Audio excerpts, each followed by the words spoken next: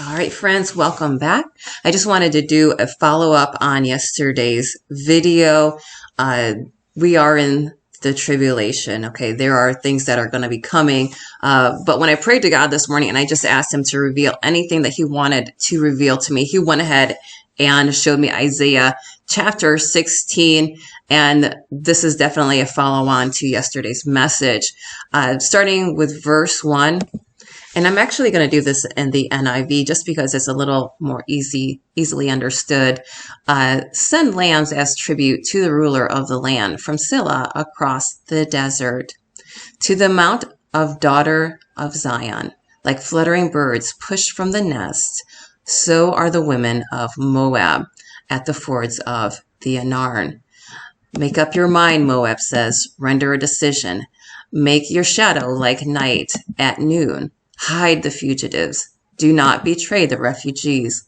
Let the Moabite refugees stay with you. Be their shelter from the destroyer. The oppressor will come to an end, and destruction will cease. The aggressor will vanish from the land. In love, a throne will be established. In faithfulness, a man will sit on it. One from the house of David. One who in judging seeks justice and speeds the cause of righteousness. So Moab had been attacked by the Assyrians and they found themselves needing help. The irony is that when Israel was in a similar position, Moab did not help them at all. However, we see that even in times of trial and trouble, God helps those who were at once his enemy, were at once previously prideful. This is what's going to happen with New York, with the Eastern Seaboard, with the United States, that there will be some who have that refuge that God will take care of. Judgment is coming, but there will be those spots of hope as well. And I really felt that God wanted me to share that with you. Now, yesterday, I touched on this a little bit, that New York City is not Mystery Babylon. We're going to look at Revelation 17 for a description of what Mystery Babylon is, and we're going to go on and go back to the King James Version. 17, starting with verse 5. And upon her forehead was a name written, Mystery Babylon the Great, the mother of harlots and abominations of the earth. And I saw the woman drunken with the blood of the saints, and with the blood of the martyrs of Jesus. And when I saw her, I wondered with great admiration. And we see in another verse that this woman sits on many waters. And yeah, that does sound a little bit like New York City, but New York City did not martyr the saints. The city that did that was Rome, and Rome also sits on many waters. New York sits on the Atlantic, but with Rome, with Italy, they've got all sorts of different named seas. They've got the Adriatic, the Mediterranean, the Ionian, Balearic, Ligurian. I'm sure I'm not saying all these properly. But this is how we know that New York City is not the Whore of Babylon. The Whore of Babylon will be destroyed with fire. And we see that jumping down to verse 16. And the 10 horns which thou sawest upon the beast, these shall hate the whore, and shall make her desolate and naked, and shall eat her flesh and burn her with fire. And this is likely going to come from a volcano in Italy. Many prophecies are that New York City will be, destroyed by water, by tsunami, by flood, but it's actually Rome that will be destroyed by fire. And I find it very interesting that one of the two witnesses that we've discussed in the heavenlies, Pompeii, mirrors the city Pompeii, which was also destroyed by fire. Continuing.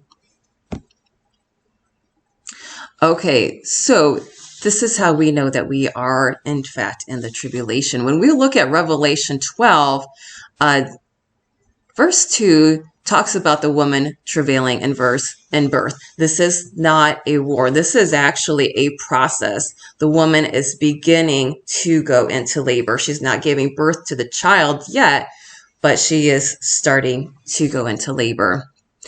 For the birth of the child, we see later on that another sign happens in the heavens.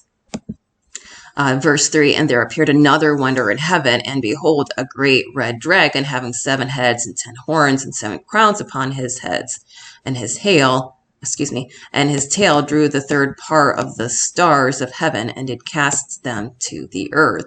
And the dragon stood before the woman, which was ready to be delivered, for to devour her child as soon as it was born. So this is when the feathers really hit the fan, is when at the very birth. This is when the child is caught up, Satan is cast down, and there is war. Michael, the second horseman, goes into war, and this is taking peace from the earth. Economic collapse will follow, and we see the signs of that even now this week. China's housing market is said to be, the bubble is about to burst. And their housing market is very high. It doesn't surprise me. They may recover. Well, what they're going to go through is what we endured in 2008 with the housing market. They could recover as the beast with a mortal wound on its head that recovered. I don't think it's a coincidence that China declares themselves as the red dragon. They will likely be the beast system that Satan will rule through. And there's another system that we see in chapter 13, because there's a different number of crowns and responsibilities description for the Antichrist system, the New World Order. And Brenda Weltner has a wonderful teaching on this. I'm going to try to remember to reference in our description.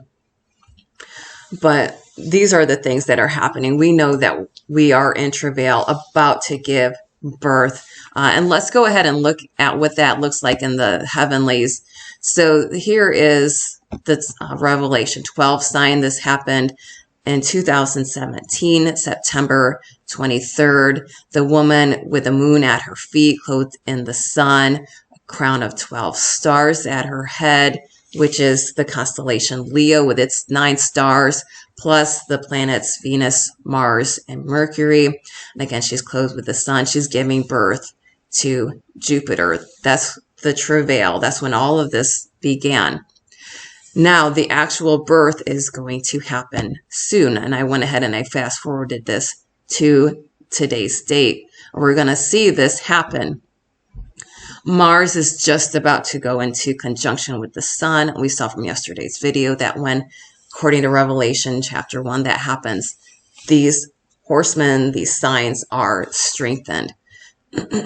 And from what I understood, China is scheduled to invade Taiwan on the 25th. That was according to Israeli News Live. So the fact that, the red horseman is getting powered up by conjuncting with the sun, plus the war is starting in Taiwan that people have been nervous about. Again, Brenda Weltner has a prophecy on that with her dream on the matter. So we've, just like with the white horseman, with the coronavirus being unleashed, I can show that real quick. We've got the sun, and again, this is the exact date that the pandemic was released. We've got the sun in conjunction with Jupiter, and I can't tell right now but Jupiter is right here in the middle, and just as the sun is on its last, pass out, that is when this happens, even though the sun had been in conjunction with Jupiter for a little span of time, about a week or so. It's when it's passing. God is so gracious in giving us that time.